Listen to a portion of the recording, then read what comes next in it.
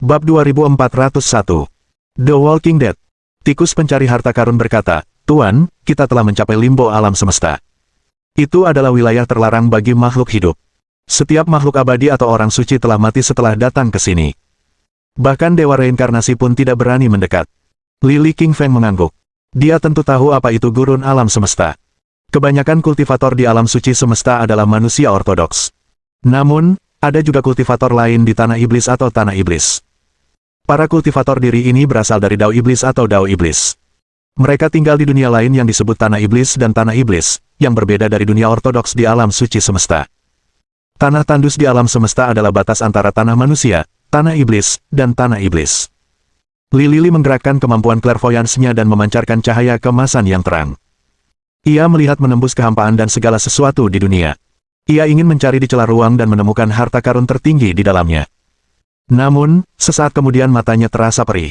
Sepertinya ada kekuatan misterius yang menyerangnya. Kekuatan super di dalam celah spasial gurun alam semesta melukai kemampuan kewaskitaannya dan memaksanya kembali. Lili terkejut dan mundur selangkah di atas kapal abadi. Ia merasakan fluktuasi energi di sekujur tubuhnya.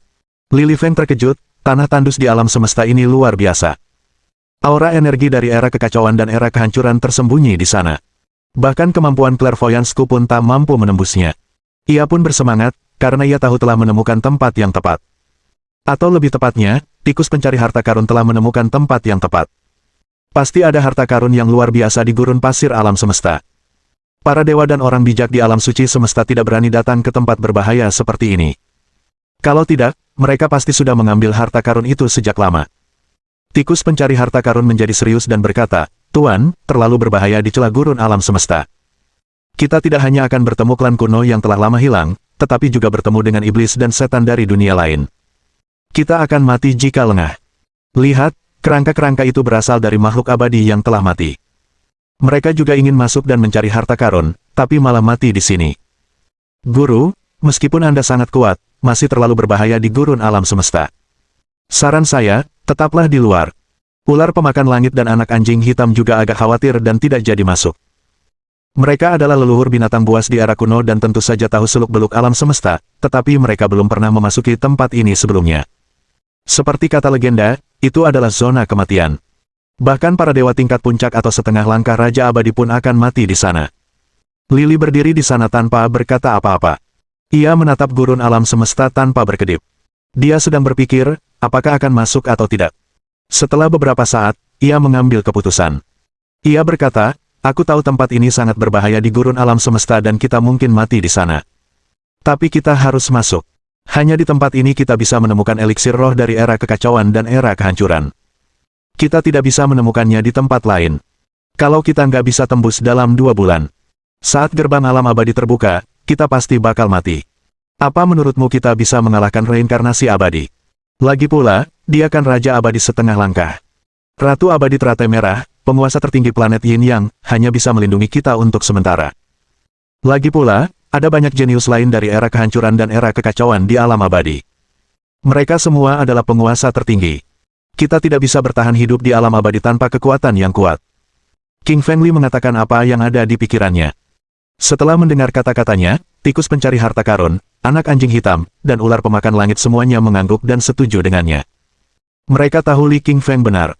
Mereka hanya akan mati jika tidak bisa meningkatkan kekuatan mereka. Lebih baik mengambil risiko di gurun alam semesta. Jika mereka benar-benar dapat menemukan Chaos Spirit Elixir, mereka dapat meningkatkan kekuatannya dengan cepat dan melindungi diri mereka dengan baik di hadapan Reincarnation Immortal atau Master lainnya di Immortal Realm. Li King Feng melambaikan tangannya dan berkata, "Ayo kita pergi dan memasuki gurun alam semesta." Dia menyalurkan energi abadinya dan memasukkannya ke dalam kapal abadi, melesatkannya ke tanah tandus alam semesta. Lili merasakan aura mengerikan saat mereka masuk. Itu adalah turbulensi ruang dan waktu. Di tanah tandus alam semesta, energi dan aura alam suci, tanah iblis, dan tanah setan terjalin dan bertabrakan satu sama lain, memisahkan waktu dan ruang. Planet-planet terus bertabrakan di sini, berubah menjadi kembang api yang megah, dan banyak sekali kultivator yang mati mengenaskan di sini. Li King Feng terkejut melihat semua ini. Ada juga para pembudidaya diri lainnya di gurun alam semesta. Mereka semua masuk ke sini dengan nekat demi harta karun, tanpa peduli nyawa mereka. Lili tidak menempatkan dirinya di kelas yang sama dengan mereka, tetapi dia juga datang ke sini untuk harta karun tertinggi tanpa memikirkan nyawanya sendiri. Ribuan kultivator mengikuti kapal abadi milik King Fengli menuju gurun alam semesta. Mereka semua adalah monster tua dan fosil hidup di alam suci alam semesta, mengikuti tikus pencari harta karun untuk datang ke sini. Mereka tahu hanya ada satu tikus pencari harta karun di alam suci semesta, dan pasti ada kejadian luar biasa ketika ia muncul. Ia pasti menemukan beberapa harta karun yang luar biasa, yang mungkin adalah ramuan roh dari era kehancuran atau era kekacauan. Ramuan roh dari era kehancuran atau era kekacauan terlalu berharga bagi monster-monster tua dan fosil hidup ini. Mereka bahkan rela menukar nyawa mereka demi ramuan tersebut. Yang memimpin adalah seorang tetua berpakaian hitam. Ia kurus dan agak bungkuk dengan rambut tipis. Namun, ia memancarkan aura yang kuat, menggemparkan seluruh area. Dia adalah The Walking Dead, master dari sekte Saint Mayat. Dia adalah master di level puncak abadi mayat. The Walking Dead sedikit mengernyit ketika melihat hamparan gurun di alam semesta. Dia pernah memasuki gurun alam semesta di era kuno alam semesta. Saat itu, dia terluka parah dan hampir mati. Untungnya, dia berlatih teknik abadi mayat, sehingga dia bisa bertahan hidup. Namun, ia tidak punya banyak waktu tersisa saat ini dan hanya bisa hidup paling lama 1 tahun lagi. Ia harus menemukan beberapa ramuan untuk memperpanjang hidupnya. Dia harus mendapatkan sesuatu setelah memasuki gurun alam semesta bersama King Fengli kali ini. Bab 2402. Cabang samping ras manusia. The Walking Dead berpikir sejenak dan tak ragu lagi. Ia melambaikan tangannya dan memimpin ke-12 kors immortal ke celah gurun alam semesta. Energi iblis yang kuat, energi jahat dan energi abadi keluar dari celah itu. Energi itu terjalin bersama dan membelah kekosongan. Monster tua dan fosil hidup di sekitarnya pun tidak ragu-ragu dan mengikutinya dari dekat. Semua orang ingin mendapatkan harta karun di tanah tandus alam semesta, dan mengikuti King Fengli adalah pilihan terbaik.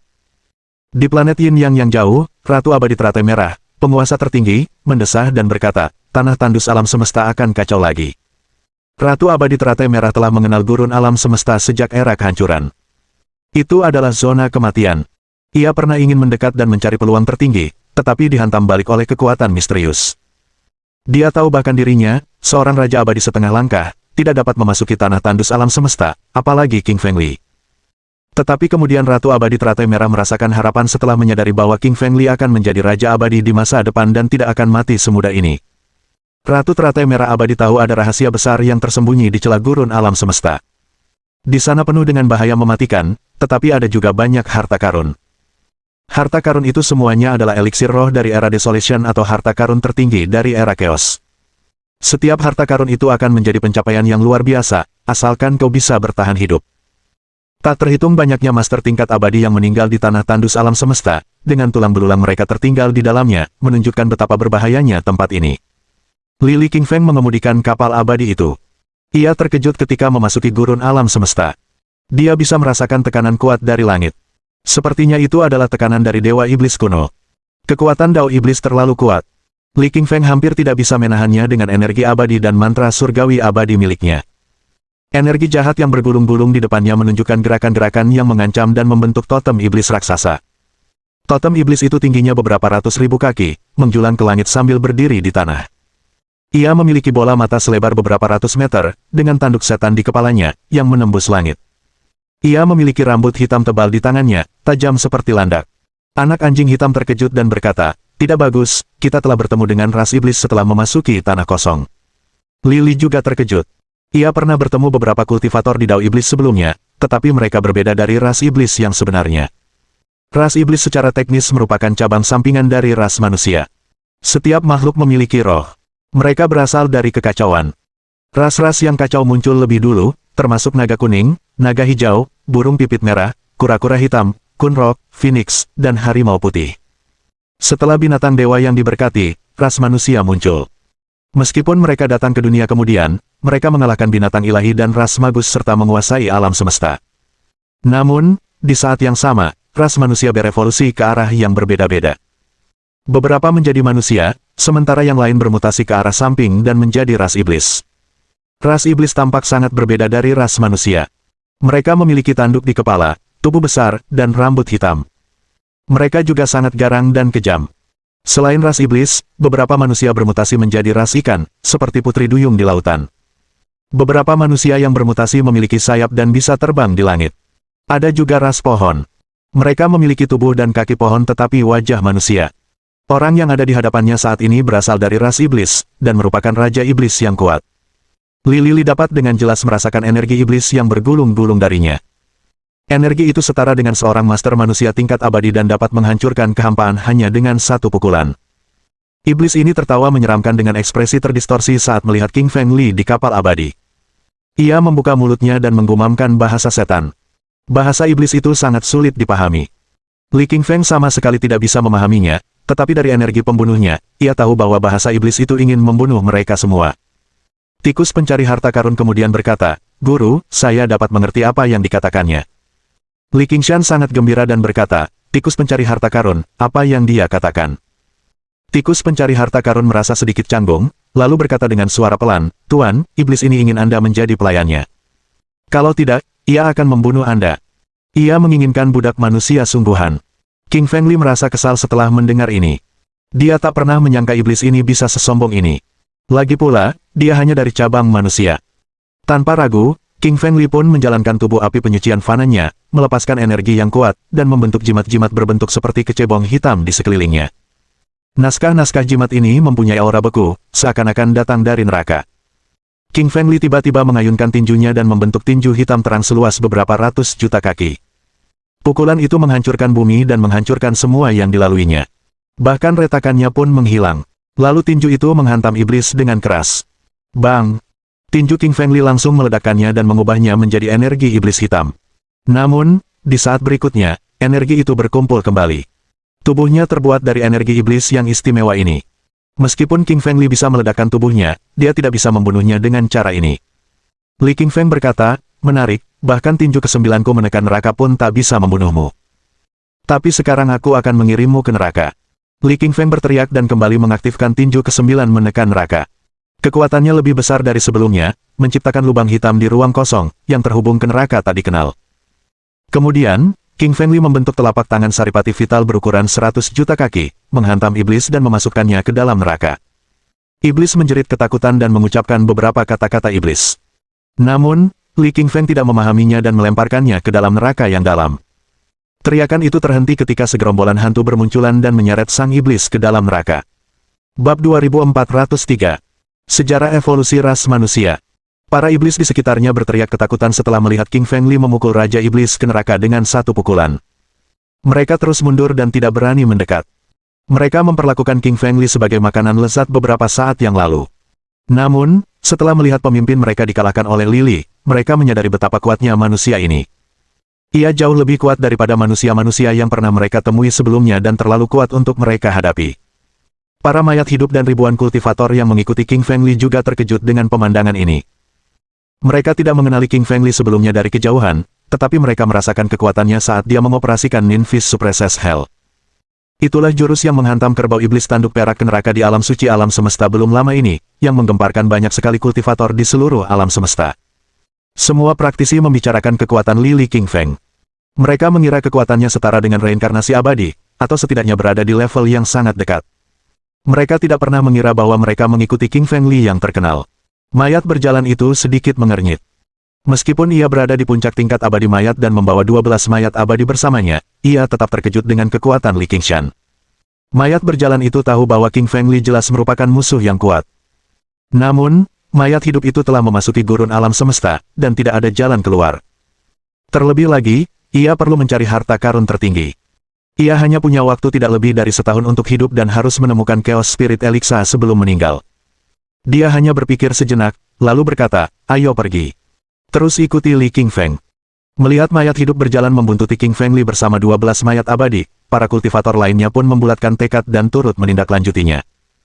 Mereka paham bahwa mereka harus mempertaruhkan nyawa mereka karena mereka telah tiba di tanah tandus di alam semesta, daerah perbatasan antara negeri manusia, negeri iblis, dan negeri setan. Mereka akan mendapatkan Chaos Spirit Elixir dan meningkatkan kekuatan mereka atau mati. Itu adalah pertaruhan, dengan manfaat yang sebanding dengan risikonya. Lily tentu saja memperhatikan para kultivator berikut ini, tetapi dia tidak peduli. Dia agak terkejut. Para pembudidaya diri ini sungguh nekat, berani mengikutinya setelah mengenalinya. Li King Feng tidak menyerang para kultivator itu. Terlalu banyak bahaya di gurun alam semesta. Li King Feng tidak ingin menyia-nyiakan energi abadinya. Jika mereka berani merebut ramuan roh kekacauan, Li Qingfeng tidak akan keberatan menghancurkannya. Tapi sekarang bukan saat yang tepat. Li Qingfeng telah menekan Raja Iblis. Gurun alam semesta menjadi sunyi untuk sementara waktu. Semua yang berasal dari ras iblis, ras setan, atau ras mutasi lainnya semuanya minggir dari jalan Qingfeng Li. Li Qingfeng sedikit mengernyit. Ia berpikir untuk menangkap musuh dan menanyakan rahasia gurun semesta. Namun, itu mustahil. Ras yang bermutasi itu lari begitu mereka menemukan Qingfeng Li. Aura neraka dari Qingfeng Li membuat mereka semua ketakutan. Tak peduli binatang ilahi, manusia, setan atau iblis, mereka semua takut akan neraka, yang merupakan akhir yang umum bagi mereka semua. Gurun alam semesta terlalu luas. Itu adalah ruang yang sepenuhnya terisolasi. Banyak planet yang terletak di gurun alam semesta. Namun, jarang ada makhluk hidup di sana. Planet-planet yang tersisa semuanya berasal dari ras iblis atau ras iblis. Mereka semua tampak sangat aneh. Ada yang berkaki 3, ada yang bermata 4. Beberapa memiliki bagian bawah tubuh buaya, tetapi berwajah manusia. Mereka disebut buaya berwajah manusia. Anak anjing hitam, ular pemakan langit, dan tikus pencari harta karun semuanya agak muram. Sepertinya mereka teringat beberapa legenda mengerikan. Para leluhur binatang buas ini tidak berbicara, tetapi mereka semua melihat keterkejutan di mata satu sama lain. Apa yang terjadi di gurun alam semesta sungguh di luar dugaan mereka. Kejadian itu mirip dengan teror besar yang legendaris. Li Qingfeng memperhatikan ekspresi mereka di kapal abadi. Ia tahu mereka pasti tahu beberapa kisah yang belum terungkap. Li Qingshan bertanya, "Pupi, ceritakan semua rahasia yang kau ketahui. Kita bisa menghadapi bahaya kapan saja." Anak anjing hitam berpikir sejenak, lalu mereka berkata, "Qingfeng Li, itu anekdot kuno. Aku baru tahu ini setelah menjadi leluhur binatang buas dan membangkitkan ingatanku dari kehidupan lampau. Itu adalah teror besar dalam sejarah manusia. Legenda mengatakan bahwa di era kekacauan, terjadi perdebatan tentang bagaimana seharusnya umat manusia berevolusi. Beberapa penakluk berpikir umat manusia seharusnya terlihat seperti yang kita lihat sekarang, tetapi beberapa lainnya berpikir manusia seharusnya memiliki ekor. Ada yang berpikir manusia seharusnya punya sirip dan hidup di air. Ada yang berpikir manusia seharusnya punya sayap dan terbang di langit. Ada yang berpikir manusia seharusnya punya ekor buaya atau ular berwajah manusia. Mereka semua bersikeras pada ide-ide mereka dan tidak mau mengalah, yang berujung pada perkelahian. Mereka semua adalah penakluk di era kekacauan, dengan kekuatan super yang luar biasa. Mereka cukup kuat untuk menghancurkan planet-planet.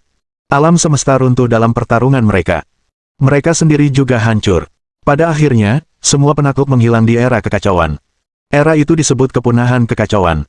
Setelah itu, manusia bermutasi menjadi wujud mereka saat ini. Li Qingfeng sedikit mengernyit. Ia tahu banyak tentang legenda era kekacauan dari penjelasan anak anjing hitam. Qingfeng Li memahami manusia berdebat tentang bagaimana mereka harus berevolusi di era itu. Jika penakluk lainnya menang, Qingfeng Li mungkin memiliki sayap untuk terbang di langit, atau memiliki ekor kadal dan tinggal di rawa. Namun, ras manusia mutan lainnya muncul di ruang misterius gurun alam semesta.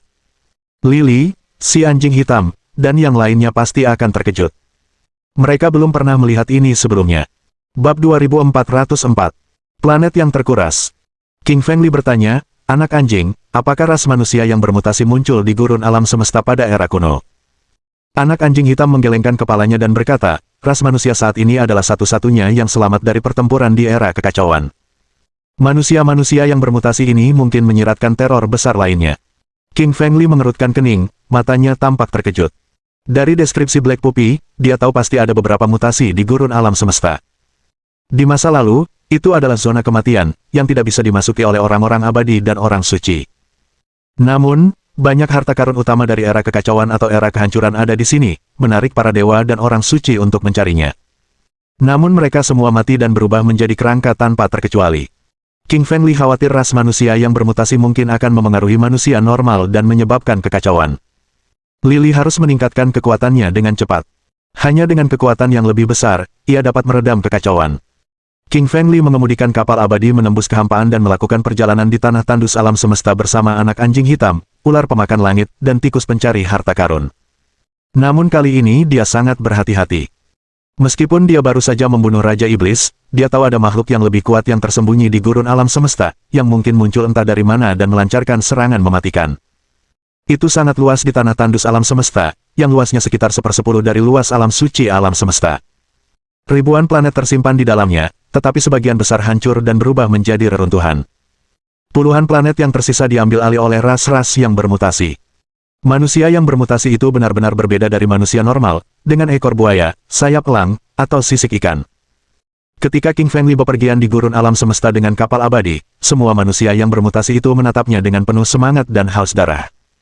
Mereka bertingkah seolah-olah sedang melihat makanan lezat. King Fengli bergidik ketika dia menyadari bahwa manusia-manusia yang bermutasi itu, yang penampilannya sangat berbeda darinya, memperlakukannya sebagai makanan.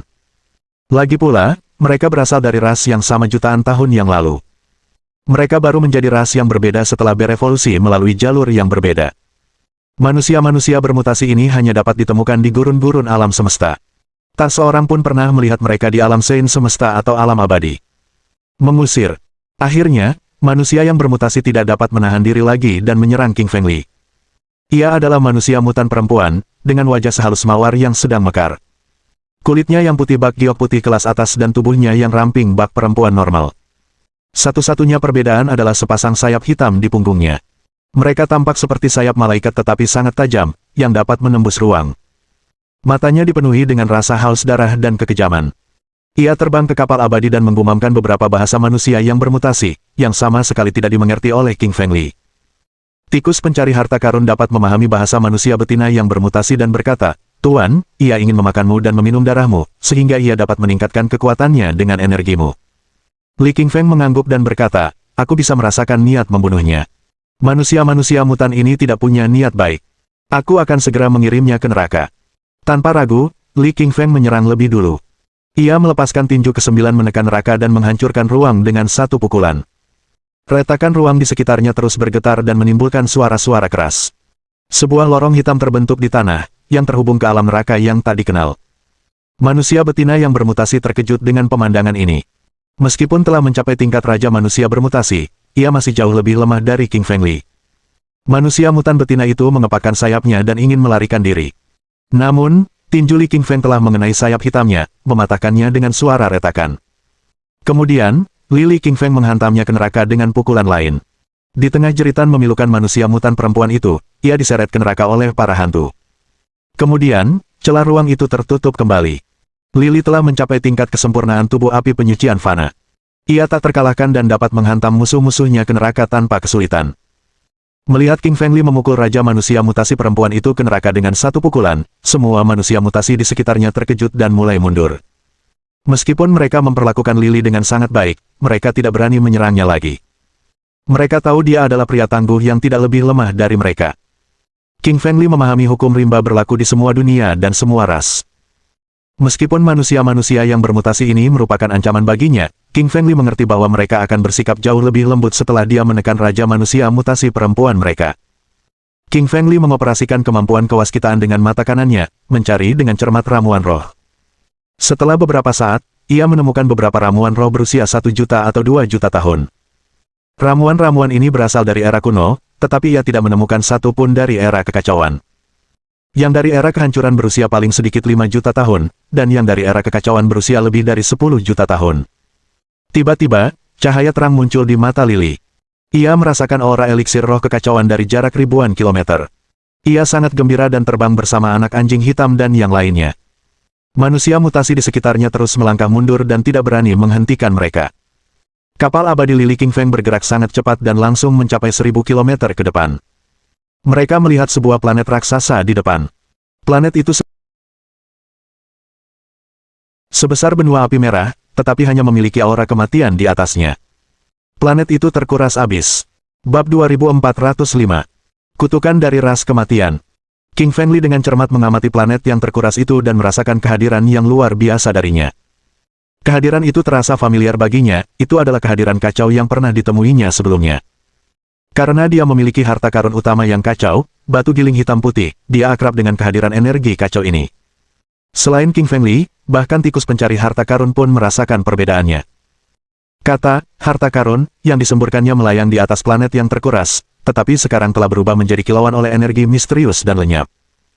Tikus pencari harta karun berkata dengan suara pelan, "Tuan, aku merasakan kehadiran ramuan roh kekacauan dari planet yang terkuras, namun, bahaya besar juga bersembunyi di sana dan membuat jiwaku gemetar." Bahkan seorang master abadi pun tak mampu menyebarkan kata, harta karun, yang kukondensasikan dengan hukum energi, tetapi kata itu mudah terhapus di sini, yang berarti ada sesuatu yang luar biasa tersembunyi di planet yang terkuras ini, mungkin sesuatu yang berada di puncak alam abadi. Kita harus berhati-hati. Lili Qingshan mengangguk dan berkata, "Oke. Ayo masuk." King Fengli mengemudikan kapal abadi menuju planet terkuras di bawah mereka. Saat mereka turun, King Fengli merasakan energi khusus yang berbeda dari energi apapun yang ditemuinya di alam suci alam semesta. Itu adalah sesuatu yang belum pernah dilihatnya sebelumnya.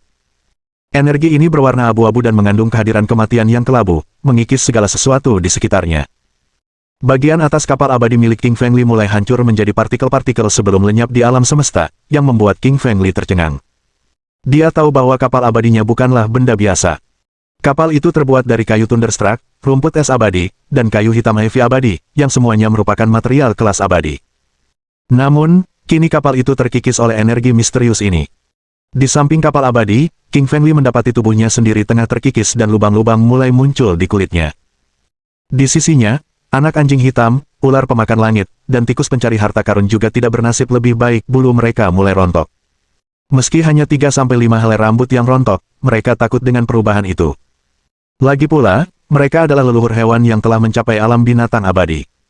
Energi misterius dan aneh apa yang bahkan mereka tak mampu tahan. Tikus pencari harta karun berkata dengan takjub, "Tuan, kabar buruk. Ini kutukan ras maut.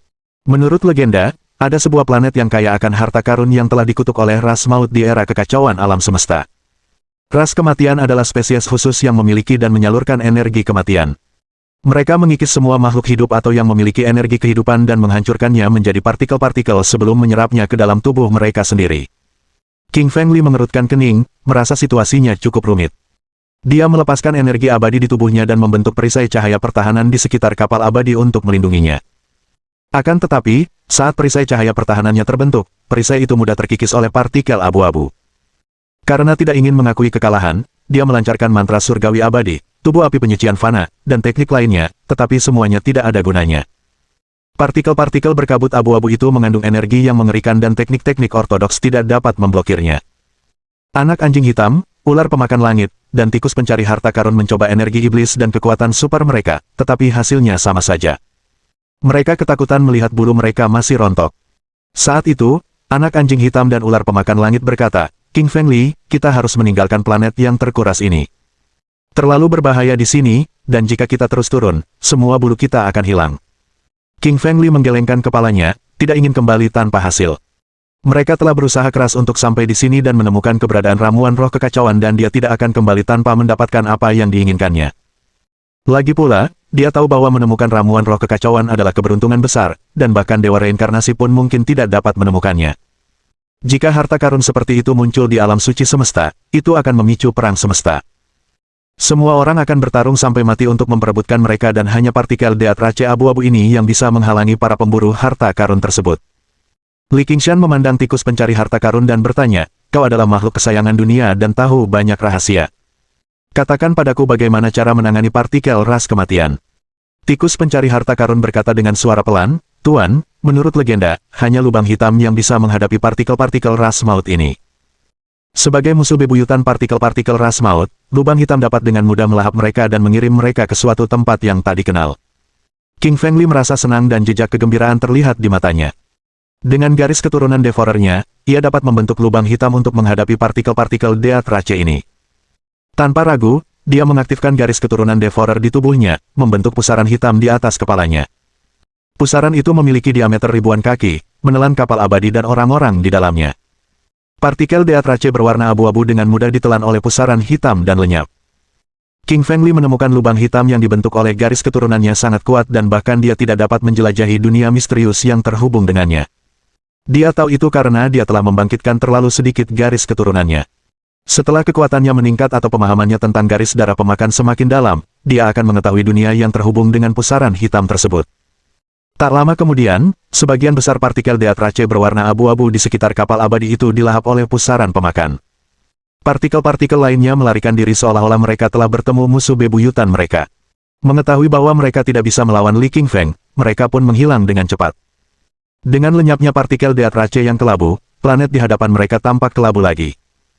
Li Qingfeng senang melihat kapal abadi itu, dan kulitnya tidak lagi terkikis, dan bulu anak anjing hitam, ular pemakan langit, dan tikus pencari harta karun telah berhenti rontok. Semua orang gembira. Mereka mengendarai kapal abadi yang rusak itu ke bawah dan segera mencapai permukaan planet. Tanah di planet itu benar-benar berbeda dari planet lain. Permukaannya terbuat dari batu besar yang permukaannya tampak kelabu seolah-olah telah direndam dalam darah dalam jumlah besar. Mereka bahkan dapat mendengar suara-suara dari kedalaman planet. Suara-suara ini berasal dari era kekacauan alam semesta dan ruang waktu yang jauh. Bab 2406. Bahasa Kekacauan. King Fengli melepaskan energi rohnya untuk mendengarkan dengan saksama suara-suara yang datang dari planet yang terkuras. Ia tahu suara-suara itu berasal dari alam semesta yang jauh, bukan dari ruang waktu saat ini. Suara-suara itu pasti berasal dari era kekacauan alam semesta, puluhan juta tahun yang lalu. Akan tetapi, tanah tandus di alam semesta ini adalah tanah ajaib yang tidak termasuk dalam dunia manusia, dunia iblis, maupun dunia setan, itulah sebabnya tempat itu tetap utuh hingga sekarang. Mendengarkan sejenak, Li Qingfeng mengerutkan kening. Meskipun ia tahu suara-suara itu mengucapkan kata-kata terakhir, ia tidak dapat memahaminya karena mereka berbicara dalam bahasa keos. Ia meminta tikus pencari harta karun, anak anjing hitam, dan ular pemakan langit untuk mendengarkan suara-suara misterius itu. Ketiga nenek moyang hewan itu memancarkan kekuatan super mereka untuk mendengarkan suara-suara itu dengan saksama. Tetapi mereka menggelengkan kepala karena mereka tidak mengerti apapun yang dikatakan suara itu. Tikus pencari harta karun berkata, "Guru, saya tidak mengerti arti kata-kata itu, tetapi saya yakin suara-suara itu berbicara dalam bahasa era kekacauan alam semesta yang sama sekali berbeda dari bahasa manusia saat ini." Anak anjing hitam mengibaskan ekornya dan berkata, "King Fengli, kita tidak punya waktu untuk menyelidiki asal suara-suara itu. Prioritas kita adalah menemukan ramuan roh dari era kekacauan alam semesta untuk meningkatkan kekuatan kita dengan cepat. Aku punya firasat bahwa seluruh alam suci alam semesta akan gempar. Di masa depan, reinkarnasi abadi tidak akan menjadi satu-satunya musuh kita dan kita mungkin akan bertarung dengan manusia yang bermutasi. Manusia yang bermutasi dipisahkan dari manusia lainnya selama era kekacauan alam semesta dan mereka seharusnya menghilang di sungai panjang waktu 100 juta tahun yang lalu. Kini setelah mereka muncul kembali di ruang gurun alam semesta, mereka tampaknya telah kembali. Begitu spesies yang punah itu kembali, mereka akan menjadi ancaman besar bagi manusia. Sebagai musuh bebuyutan kita, mereka akan melancarkan serangan mematikan terhadap kita." King Fengli mengangguk setuju. Musuh-musuh King Fengli sangat kuat, dan prioritasnya adalah menemukan ramuan spiritual untuk meningkatkan kekuatannya, sehingga dia bisa menghadapi bahaya di masa depan dengan persiapan yang matang. King Fengli memancarkan garis darah pemakan yang membentuk banyak pusaran pemakan, menakuti kabut aneh di sekitarnya. King Fengli memimpin jalan dan anak anjing hitam, ular pemakan langit, dan tikus pencari harta karun mengikutinya dari dekat. Di planet yang dikeringkan secara ajaib itu, tanahnya tetap sama seperti 100 juta tahun yang lalu dan isinya benar-benar berbeda dari yang sekarang. King Fengli menyentuhnya dengan jarinya dan merasakan kehadiran yang kacau.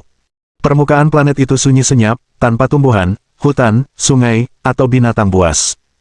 Di negeri kematian ini, hanya sesekali terdengar suara-suara. Suara-suara itu berasal dari sejarah kuno, melintasi sungai panjang alam semesta. Suara-suara yang tak terpahami itu mengganggu pikiran mereka dan memberi mereka perasaan aneh. Tidak jauh di belakang King Fengli, para mayat hidup tiba di sini dengan 12 mayat abadi dan 10.000 orang yang mengolah diri sendiri. Namun, mereka tidak seberuntung Lily. Begitu tiba di planet yang terkuras, mereka diserang oleh partikel abu-abu, dan seketika para pembudidaya diri manusia itu menjerit nyaring. "Kenapa? Kok tubuhku bisa hilang? Tidak, kepalaku sudah hilang. Apa yang terjadi? Partikel-partikel abu-abu ini bisa mengikis daging dan jiwa. Ah, jiwaku juga menghilang. Kita tamat. Aku sekarat. Kita harus keluar dari sini. Ini tanah kematian." 10.000 orang yang membudidayakan diri sendiri menjerit nyaring karena khawatir dan ngeri. Tak lama kemudian, 1.000 orang yang berkultivasi sendiri berubah menjadi debu oleh partikel abu-abu terkutuk. Para pembudidaya diri yang tersisa terus berteriak dengan menyedihkan. Mereka mengedarkan vitalitas abadi untuk melancarkan serangan, tetapi mereka tidak berguna pada partikel abu-abu. Secerca kenikmatan merasuki mata mayat hidup yang terkondensasi oleh jiwa-jiwa para pembudidaya diri yang telah tiada. Begitu pula 12 mayat abadi di belakangnya. Semasa hidup, mereka dikenal sebagai penguasa abadi. Setelah mati, mereka dimurnikan menjadi mayat abadi oleh orang mati berjalan sebagai boneka dan mesin tempurnya. Ketika partikel abu-abu terkutuk memasuki tubuh mereka, partikel tersebut tidak mengikis daging atau jiwa mereka, sebaliknya, tubuh fisik dan jiwa mereka tumbuh lebih kuat dan lebih ganas. Tubuh orang yang berjalan mati itu bahkan memancarkan kilauan abu-abu bagaikan kristal, menunjukkan kegembiraannya setelah hukum kematian sangat meningkatkan kekuatannya. 10.000 kultivator di balik mayat hidup itu gembira melihatnya, dan mayat-mayat abadi itu tetap utuh di bawah serangan. Mereka segera berlari ke sisinya. Mereka semua berkata dengan hormat, "Senior Walking Dead, kau harus membantu kami. Kami mengikutimu ke tempat ini dan kau adalah pemimpin kami." Para kultivator mandiri tersebut semuanya adalah master terkenal di alam suci alam semesta, kebanyakan dari mereka adalah makhluk setengah abadi dan beberapa bahkan merupakan master abadi. Namun kini, mereka bersedia menjadi bawahan mayat hidup untuk bertahan hidup. Mata mayat hidup itu berbinar. Awalnya, ia memutuskan untuk diam saja dan menyaksikan mereka mati, tetapi kini setelah mendengar para kultivator akan bertindak sebagai bawahannya, ia langsung merasa senang. Lagi pula, di tanah kematian ini, mereka akan menghadapi banyak bahaya yang tak terduga dan semakin banyak bawahan berarti semakin banyak umpan meriam baginya dalam situasi berbahaya di masa mendatang. Sambil menahan kegembiraannya, mayat hidup itu berkata, "Jangan khawatir. Aku akan membacakan sebuah petikan untuk mengusir partikel kematian dan kau akan aman." Jika mereka berhadapan dengan bahaya lain seperti binatang buas atau manusia yang berkultivasi sendiri, mayat hidup itu mungkin akan kesulitan menghadapinya. Namun, ia dapat dengan mudah mengatasi partikel terkutuk itu karena ia dan partikel itu berasal dari asal yang sama.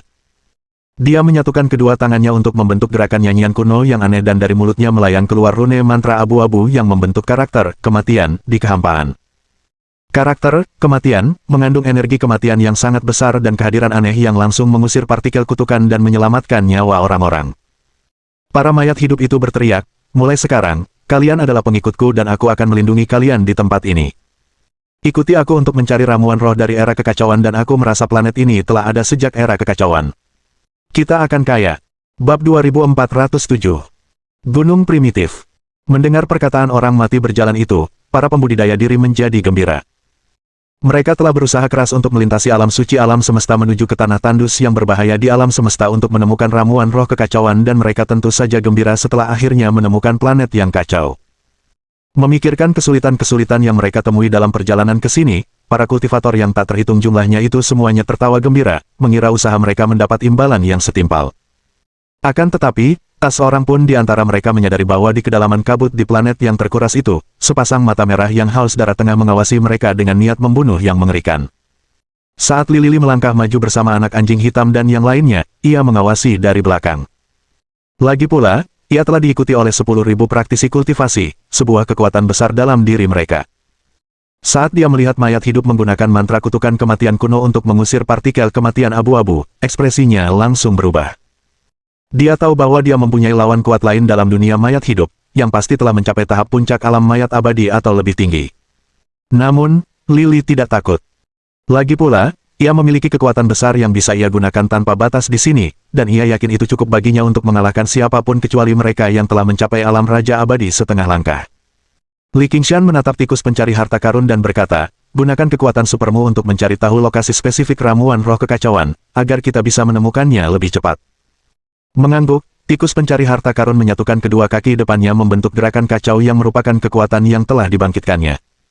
Pada masa sekarang, era kuno, era kehancuran, dan era kekacauan alam semesta, hanya ada satu tikus pencari harta karun dan kini ia berdiri di hadapan King Fengli. Sebagai reinkarnasi, tikus pencari harta karun datang ke planet yang terkuras, sekarang setelah dia melihat tanah yang kacau dan mencium udara yang kacau di sini, sebagian ingatannya dari era kekacauan alam semesta terbangun. Otak tikus pencari harta karun bahkan lebih rumit daripada otak manusia. Naskah jimat Dao Agung yang berisi perintah dan perintah Dao Surgawi yang berisi kekuatan ajaib dan hukum aneh membentuk sebuah karakter di udara di atas kepalanya. Karakter ini adalah kekacauan. Saat karakter itu muncul, retakan mulai muncul di langit dan bumi. Meskipun planet yang terkuras itu telah menjadi reruntuhan akibat era kekacauan alam semesta, ia tidak dapat menahan energi tikus, namun, mereka yang dapat melihat rahasia alam akan dihukum oleh surga. Memercikkan. Tikus pencari harta karun membuka mulutnya dan mengeluarkan seteguk darah, jelas sedang dihukum oleh surga. Ekspresi wajah Li Qingfeng berubah, dan ia bergegas ke sisi tikus pencari harta karun. Ia meletakkan tangannya di punggung tikus itu, mengalirkan vitalitas abadi ke dalam tubuhnya dan menyembuhkan luka-lukanya. Kemudian dia mengeluarkan semua ramuan dari cincin interspatialnya dan memasukkannya ke dalam mulut anjing itu, sehingga anjing itu dapat memurnikannya dan mengisi kembali kekuatannya. Dengan bantuan King Fengli, tikus pencari harta karun segera pulih dari luka-lukanya dan kembali lincah. Ia terus meluncurkan kekuatan supernya yang kacau, membentuk karakter kekacauan di atas kepalanya dan setelah itu diikuti karakter harta karun yang mewakili harta karun kacau utama. Kedua karakter kuno yang berisi naskah jimat Dao besar perintah terbang ke depan untuk mencari sementara tikus pencari harta karun, King Feng Li, anak anjing hitam, dan ular pemakan langit mengikuti mereka dari dekat. Mereka cepat dan tak lama kemudian mereka sampai di sebuah ruang terbuka di depan sebuah gunung. Melihat gunung di planet yang terkuras itu, King Feng Li terkejut karena mereka belum melihatnya lagi setelah berjalan puluhan ribu meter. Gunung itu hanya setinggi sekitar 1000 meter dan patah dari tengah. Di era kehancuran dan kekacauan alam semesta yang jauh, gunung itu pastilah setinggi jutaan meter atau bahkan puluhan juta meter. Namun, setelah perang alam semesta, gunung itu runtuh dan hanya tersisa 1000 meter. Gunung itu tidak tinggi, tetapi memancarkan aura yang sangat kuat yang menekan mereka sedemikian rupa sehingga mereka hampir tidak bisa bernapas, seakan-akan mereka sedang menghadapi dewa-dewa yang kacau. Di sekitar puncak gunung terdapat tumpukan mayat dan tulang. Tulang-tulangnya sangat besar, beberapa berasal dari raksasa yang panjangnya ratusan meter sementara yang lain berasal dari binatang buas yang panjangnya ribuan meter atau puluhan ribu meter. Mereka telah mati selama jutaan tahun tetapi tulang-tulang mereka masih ada di sana, memancarkan cahaya putih yang bersinar dan skrip jimat Dao besar. Melihat begitu banyak tulang, King Feng Li tercengang. Dia tahu tulang-tulang ini adalah sisa-sisa manusia dari era raja, seperti raksasa dan dinosaurus yang hidup pada masa kehancuran dan telah lenyap dalam sungai panjang waktu. Ia menganggap dinosaurus hanya legenda, tetapi melihat tulang-tulang mereka, ia tahu mereka pernah ada di masa lalu. Lebih dari 100.000 dinosaurus telah mati di sekitar puncak gunung. Tulang-tulang manusia itu milik beberapa manusia luar biasa kuat yang tulang-tulangnya masih memancarkan energi hukum dan kehadiran Dao besar yang membelah kehampaan dan membentuk pusaran angin setelah puluhan juta tahun. Dengan ekspresi muram, tikus pencari harta karun berkata, "Guru, aku membangkitkan kekuatan superku yang kacau dan beberapa ingatanku belum lama ini. Jika aku benar, ini adalah gunung primitif yang dulunya merupakan tempat kultivasi Raja Abadi Primitif." "Raja Abadi Primitif benar-benar ada?" tanya King Feng Li dengan takjub ketika mendengar nama Raja Abadi Primitif yang mengagumkan itu. Saat dia berada di bumi, King Feng Li pernah mendengar tentang nama Raja Abadi Primitif yang merupakan sosok yang mengguncang bumi. Menurut legenda, cambuk pemukul dewa dalam penobatan para dewa dibuat oleh Raja Abadi Primitif. Selain itu, dia adalah salah satu dari 3 murid Pangu dan pernah menguasai alam semesta serta membuat langit dan bumi takjub. Sebagai Raja Abadi, ia telah menguasai 8 gurun di alam semesta dan 3000 dao besar sementara triliunan spesies tunduk padanya. Pada era kekacauan alam semesta, ketika dewa-dewa dan iblis asing menyerbu manusia, Raja Abadi Primitif membunuh para dewa kuno, iblis kuno, dan roh-roh asing, melindungi manusia selama triliunan tahun. King Feng Li baru saja membaca tentangnya dalam legenda yang diwariskan dari era kekacauan alam semesta dan dia takjub melihat kejadian nyata di masa lalu. Tiba-tiba dia merasakan batu giling hitam putih bergetar hebat di kedalaman pikirannya, begitu bersemangat sehingga seolah-olah telah membuat suatu penemuan luar biasa. Bab 2408. Binatang buas prasejarah yang ganas. Batu giling hitam putih terbang dari kedalaman pikiran King Feng Li menuju gunung primitif secepat kilat. Melihatnya terbang menuju gunung primitif, King Feng Li tercengang. Ia tetap berada di kedalaman pikiran King Feng Li dan tidak pernah menampakkan diri, bahkan ketika mereka menghadapi musuh, ia tidak menawarkan bantuan sampai King Feng Li menggodanya dengan hadiah. Namun kali ini ia keluar sendiri dan menerjang ke arah gunung primitif di hadapan mereka. Li King Feng memanggilnya, tetapi batu giling hitam putih tidak menoleh. Sebaliknya, seolah-olah telah melihat keluarganya, ia bergegas masuk ke gunung dan menghilang, membuat Li King Feng tertegun hingga tak bisa berkata-kata. Melihat hal ini, tikus pencari harta karun berkata dengan yakin, "Tuan, aku yakin gunung primitif adalah harta karun peninggalan era kekacauan alam semesta dan pasti ada ramuan roh kekacauan di sana, kalau tidak, batu giling hitam putih tidak akan menyerbu masuk. Lagi pula, batu giling hitam putih juga merupakan harta karun pamungkas dari era kekacauan alam semesta, dan tak seorang pun pernah melihat wujud aslinya karena wujudnya saat ini bukanlah wujud aslinya." King Feng Li mengangguk karena dia tahu batu giling hitam putih adalah harta karun utama dari era kekacauan. Meskipun makhluk itu pernah tinggal sementara di dalam pikiran King Feng Li, makhluk itu tidak mematuhi perintahnya dan hanya menolongnya saat dia dalam bahaya besar. Kini setelah batu giling hitam putih menghilang, King Feng Li hanya bisa mengandalkan lubang hitam menelan yang dibentuk oleh garis darah menelannya. Li Qingshan melirik tikus pencari harta karun di sampingnya dan berkata, "Apakah kamu sudah menemukan tempat ramuan roh kacau?" Sambil mengangguk, tikus pencari harta karun menutup matanya dan membentuk gerakan bernyanyi dengan cakarnya, merasakan kehadiran di sekitarnya. Sesaat kemudian, ia membuka matanya dan mengarahkan kaki depannya ke puncak gunung primitif, sambil berkata, "Tuan, ramuan roh chaos ada di puncak gunung. Aku sudah merasakannya." Li King Feng mengangguk dan berkata, "Benar. Ayo cepat." Primitif tingginya hanya sekitar 1000 meter, tetapi sangat sulit untuk didaki. Dengan kehadiran yang kacau dan hukum dao besar yang meresap ke udara sementara rune tatanan dao surgawi pecah dan menyatu secara konstan, mereka tidak dapat terbang di tempat ini. Jika tidak, mereka akan memasuki celah ruang waktu yang tidak diketahui. Mereka kemudian akan mati di dunia yang tak dikenal. Satu-satunya cara adalah berjalan selangkah demi selangkah. Pada awalnya, King Fengli dan yang lainnya menginjak tulang-tulang putih yang merupakan milik makhluk-makhluk dari era kekacauan dan era prasejarah alam semesta puluhan juta tahun yang lalu. Setiap tulang memancarkan energi yang sangat besar yang langsung mendorong King Fengli, anak anjing hitam, dan ular penelan langit ke tanah. Mereka tersandung dan jatuh ke tanah dan kepala mereka berdarah.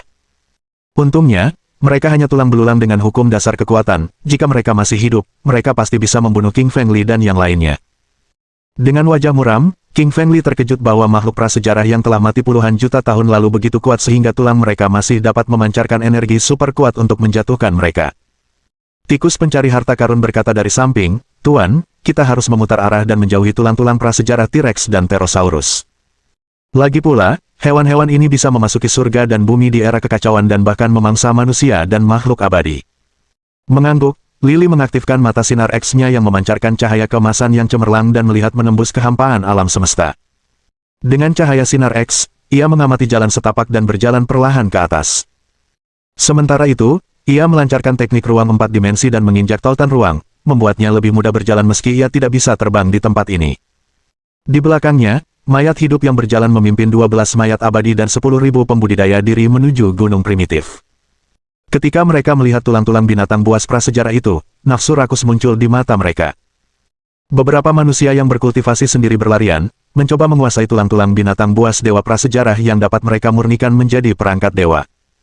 Yang lebih penting, mereka dapat menjual tulang-tulang ini atau memahami hukum binatang suci dalam tulang-tulang tersebut dan dengan demikian memperoleh pertumbuhan kekuatan yang luar biasa. Akan tetapi, saat mereka menyentuh tulang, mereka terpental oleh energi yang sangat kuat hingga mematahkan anggota tubuh mereka. Beberapa kultivator dengan niat jahat kepalanya meledak akibat niat membunuh yang dahsyat yang terpancar dari tulang putih dan mati di sini.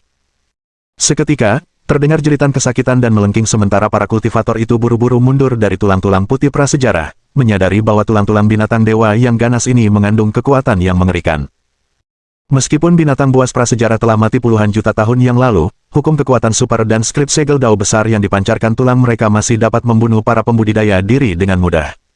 Si mayat hidup sedikit mengernyit. Ia tadinya ingin mengumpulkan beberapa tulang binatang dewa, tetapi mengurungkan niatnya ketika menyadari mustahil untuk mengumpulkannya. Dia melihat ke arah puncak gunung dan melihat King Fengli telah sampai di tengah lereng gunung dengan langkah yang sangat berat. Para mayat hidup tahu bahwa mereka tidak bisa terbang di bawah tekanan hukum dao surgawi dan kehadiran yang kacau. Mereka harus berjalan. Dia memimpin ke-12 mayat abadi maju, mengabaikan para kultivator di belakang mereka karena prioritas utamanya saat ini adalah mencapai puncak gunung primitif dan mencari ramuan roh kacau.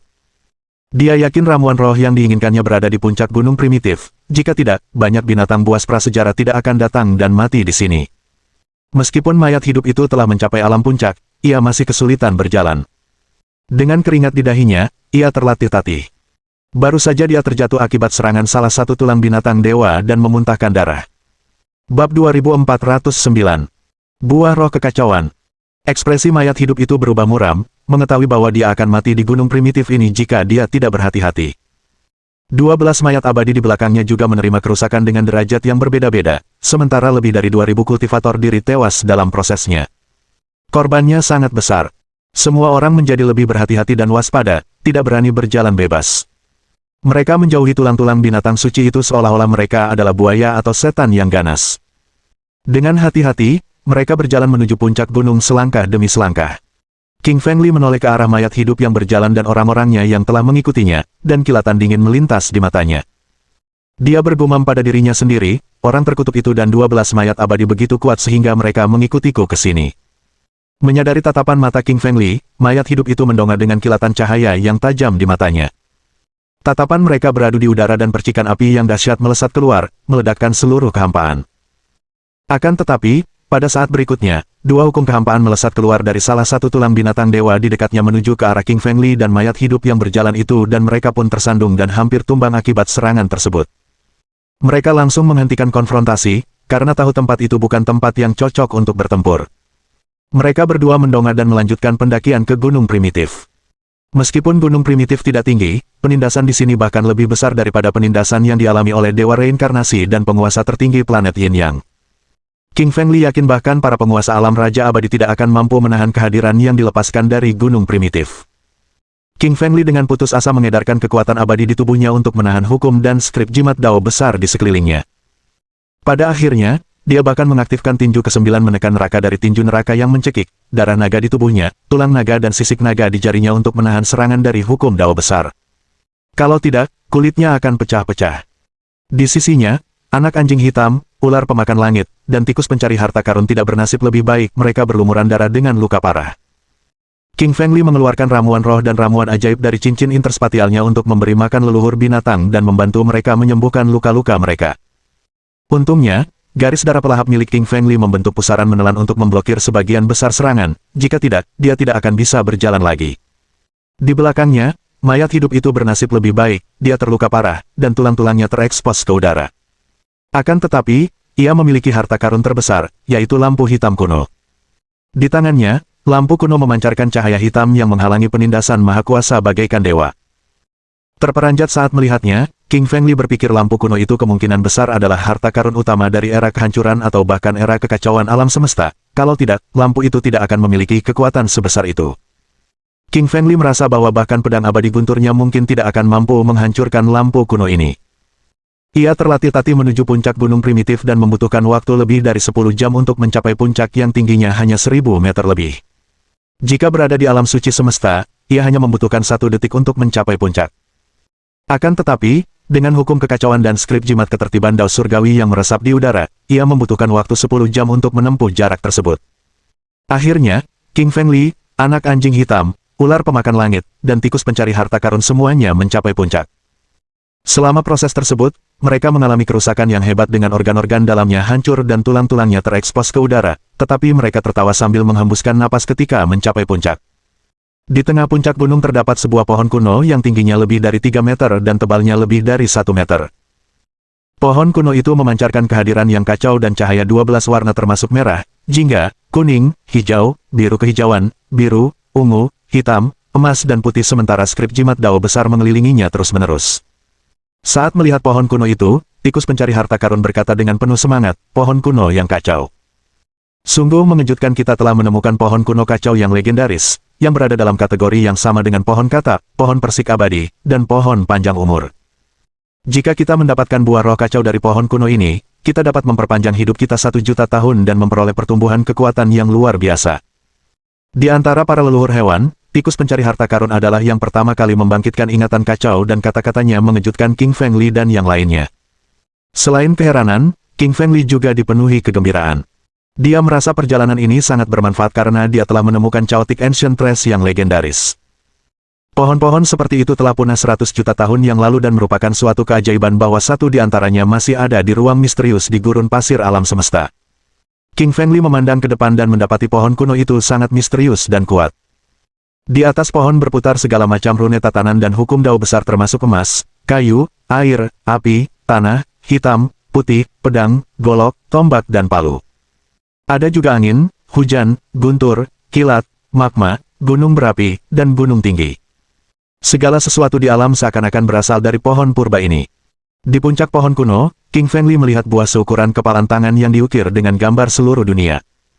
Terukir pada buah itu adalah alam suci semesta yang berbeda, dunia iblis, dan dunia setan yang hanya sebesar jari. Melihat buah roh, King Fengli dapat melihat seluruh dunia dan segala sesuatu di alam semesta. Entah itu benda alami, manusia, binatang iblis, atau ras iblis, mereka dapat terlihat pada buah roh. Mengandung segala sesuatu di dunia, tak heran buah ini disebut buah roh Chaos. Lily merasa jika ia bisa mendapatkan buah roh itu, ia akan mendapatkan pertumbuhan kekuatan yang luar biasa dan memahami hukum kekacauan. Saat itu, ia bahkan akan mengalahkan Dewa Reinkarnasi. Dengan gembira, tikus pencari harta karun dan anak anjing hitam berkata, King Fengli, kita harus mendapatkan buah roh kekacauan ini. Buah ini merupakan harta karun yang luar biasa bahkan di era kekacauan alam semesta. Bahkan beberapa Raja Abadi dan Raja Abadi menginginkannya. King Fengli, anak anjing hitam, dan ular pemakan langit semuanya menghela napas lega, lagi pula, mereka telah menaklukkan semua kesulitan dalam perjalanan mereka menuju ke tanah tandus alam semesta dengan tujuan mendapatkan buah roh kekacauan ini. Pada saat ini, sebuah suara yang dingin dan arogan terdengar di telinga mereka. Anjing sialan itu bahkan ingin mendapatkan buah roh Chaos. Dasar ceroboh, aku bisa membunuhmu dengan satu telapak tangan. Bab 2410. Raja Ras Iblis. Si anak anjing hitam menjadi geram ketika mendengar suara yang angkuh itu. Itu adalah nenek moyang anjing, dan juga sangat terkenal di seluruh wilayah pembudidaya diri, jadi siapa yang berani mengancamnya? Anak anjing hitam menoleh ke arah suara itu dan memperhatikan seorang pemuda yang duduk di sebelah timur buah roh kekacauan. Pemuda ini mengenakan pakaian hitam, berkulit gelap, dan tampak sangat liar. Ia memiliki seekor unicorn di atas kepalanya, yang menjulang tinggi menembus langit. Ia duduk bersila di sana, dan seluruh hukum kekacauan universal berputar di sekelilingnya. Kata-kata arogan yang dingin keluar begitu saja dari mulutnya. Anak anjing hitam diliputi amarah. Ia tak bisa tersinggung, jadi ia melangkah keluar, dan bersiap menyerang pemuda berbaju hitam itu. Black Puppy mengaktifkan esensi vital iblis internalnya, dan melepaskan cakar anjingnya yang besar untuk membentuk cakar besar yang menutupi langit. Akan tetapi, saat cakarnya baru saja terbentuk, ia tertekan oleh hukum kacau yang melingkupinya, dan mengecilkan cakarnya yang lebih dari 10 juta kaki menjadi berukuran beberapa kaki besarnya. Akan tetapi, meski begitu, cakar Black Puppy masih mengandung kekuatan mengerikan yang merobek kekosongan, dan menyerang pemuda bertanduk satu berwarna hitam itu. Pemuda berkulit hitam itu tersenyum dingin, sekilas terlihat sinar penghinaan di matanya, dan sama sekali tidak peduli dengan cakar Black Puppy yang menyerang. Dia masih duduk di sana dengan kaki disilangkan, dan tidak berdiri sama sekali. Wuss! Seberkas cahaya hitam keluar dari mata hitam pemuda berbaju hitam itu. Tepat saat cahaya hitam itu muncul, ia menembus kehampaan dan menghantam cakar Black Puppy. Ia mengeluarkan suara keras dengan kabum, saat waktu dan ruang di sekitarnya terpisah dan lenyap. Pada saat berikutnya, tubuh Black Puppy melangkah mundur, dan cakarnya terasa sedikit sakit. Matanya penuh kejutan. Ia tak pernah menyangka pemuda berbaju hitam ini akan sekuat ini dan jauh lebih dahsyat daripada serangan kekuatan supernya sendiri. Sepertinya ia telah bertemu lawan sungguhan. Yang paling penting, anak anjing hitam itu aktif menyerang, dan lawannya hanya duduk di sana, yang berarti anak anjing hitam itu sama sekali tidak dapat mengalahkan pemuda berbaju hitam di seberangnya. Anak anjing hitam tidak mau mempercayainya, jadi ia mengaktifkan saripati vital iblis di dalam dirinya untuk meneruskan serangannya, sedangkan King Feng melangkah maju dan menariknya, lalu menghentikannya dari pertarungan. Baru beberapa saat yang lalu, King Feng telah jelas merasakan kekuatan hebat pemuda berbaju hitam ini, saat ia melepaskan energi yang setara dengan puncak keabadian. Anak anjing hitam mungkin sangat kuat, tetapi jelas lebih lemah daripada pemuda berbaju hitam di seberangnya. Di antara semua orang di sekitarnya, hanya King Feng yang bisa mengalahkan pemuda berbaju hitam itu. Tepat pada saat itu, sebuah suara renyah dan merdu terdengar dari sampingnya. Suara ini mungkin terdengar sangat memikat, tetapi mengandung nada apatis, saat ia berkata dengan dingin, Raja Ras Iblis, bukankah aku baru saja memberitahumu? Buah roh kekacauan akan segera matang, kau tidak boleh bertarung. King Feng mengikuti arah yang tajam itu dan melihat ke sana, saat ia melihat seorang wanita duduk di sebelah barat buah roh kekacauan. Wanita ini sungguh cantik. Wajahnya seputih salju, bak bunga teratai salju abadi tanpa cacat, seolah ia adalah mahakarya alam yang agung. Hidungnya yang ramping sedikit mancung dan tampak anggun dan cantik. Bibir merahnya sedikit terangkat, memancarkan aura seksi. Ia mengenakan gaun putih yang membuat lekuk tubuhnya tampak lebih memikat. Wanita berpakaian putih itu duduk dengan tenang di sana bagaikan kecantikan yang langka, tetapi seluruh tubuhnya melepaskan aliran energi yang mengguncang langit dan tanah, yang bahkan udara di sekitarnya tidak berani mendekatinya. King Feng terkejut, ia tidak pernah tahu bahwa seorang wanita perkasa berada tak jauh dari pemuda berbaju putih itu. Ia baru pertama kali melihatnya beberapa waktu yang lalu. King Feng tahu ini hanya menunjukkan betapa kuatnya wanita berbaju putih ini. Dia telah mencapai alam yang menggabungkan dua menjadi satu, kalau tidak, dia tidak akan bersembunyi begitu dalam. Pada saat yang sama, dari perkataan wanita berbaju putih, dia juga mengetahui identitas pemuda berbaju hitam. Dia adalah Raja Ras Iblis, tidak heran dia sekuat ini. Belum lama ini, King Feng pernah menekan Raja Ras Iblis yang tubuhnya tak bisa mati. Namun, ia terpaksa menggunakan tinju kesembilannya menekan neraka untuk memasukkannya ke neraka, tetapi kini ia telah bertemu dengan Raja Ras Iblis. Pemuda berbaju hitam menatap perempuan berbaju putih, lalu berkata dengan dingin, Iblis Bango Putih Abadi, apa maksudmu? Anjing campuran ini berani menggodaku, jadi kenapa kalau aku membunuhnya? Secercah cahaya dingin melintas di mata Dewa Iblis Bango Putih, dan dia sangat kesal dengan kata-kata Raja Ras Iblis. Dia jelas tidak memihaknya, tetapi dia tahu bahwa kemampuan lawannya tidak kalah kuat darinya. Tepat pada saat itu, terdengar suara lain lagi. Suara ini memiliki suara yang menusuk tulang karena dinginnya, dan kedengaran seperti burung malam. Suara burung malam itu terdengar dingin, iblis bangau putih abadi, kupikir Raja Ras Iblis benar. Pohon kuno yang kacau ini hanya punya satu buah roh kekacauan, dan itu tidak cukup untuk kita bertiga, kecuali yang lain. Kita harus segera mengusir mereka. King Feng merasa sangat kesal dengan suara ini, saat dia melihat seorang pemuda yang duduk di sisi selatan gunung primitif. Pemuda ini mengenakan pakaian dengan 5 warna, dan bergambar laba-laba, kelabang, ular piton, dan elang emas di atasnya. Pada saat yang sama, ada buaya besar yang dipahat di depan pakaian tersebut, dan buaya ini tampak seperti buaya abadi, karena melepaskan energi yang menelan ruang. Iblis bangau putih abadi sedikit mengernyit, dan berkata dengan dingin, "Kaisar mutasi, apa maksudmu? Apakah ini berarti kau setuju dengan nasihat Raja Ras Iblis?" King Feng ketakutan, ia tak pernah menyangka telah melihat Raja Mutasi. Ini semua adalah Kaisar Mutan, dan sangat kuat. King Feng pernah menekan seorang wanita yang bermutasi, dan merasakan aliran energi liar dari tubuhnya, karena hukum yang dia latih berbeda dari manusia. King Feng bisa yakin, baik Raja Ras Iblis, Dewa Iblis Bangau Putih, maupun Raja Mutasi, segelintir kekuatan mereka telah mencapai puncak keabadian, dan menggabungkan duo surgawi menjadi satu. Mereka hanya selangkah lagi dari ranah Raja Abadi. Sehingga mereka dapat melebur ke dalam seluruh keberadaan alam, dan tepat saat King Feng dan yang lainnya melangkah ke puncak gunung, dia tidak pernah memperhatikan mereka sampai sekarang. King Feng tahu bahwa semua orang ini adalah musuh besarnya, tetapi White Crane Demon Immortal tampak lebih baik, karena dia adalah wanita cantik. King Feng merasakan gelombang niat membunuh yang dahsyat pada tubuh dua pemuda lainnya, dan dia juga tahu bahwa mereka adalah lawan-lawannya, dan tidak akan membiarkannya pergi apapun yang terjadi.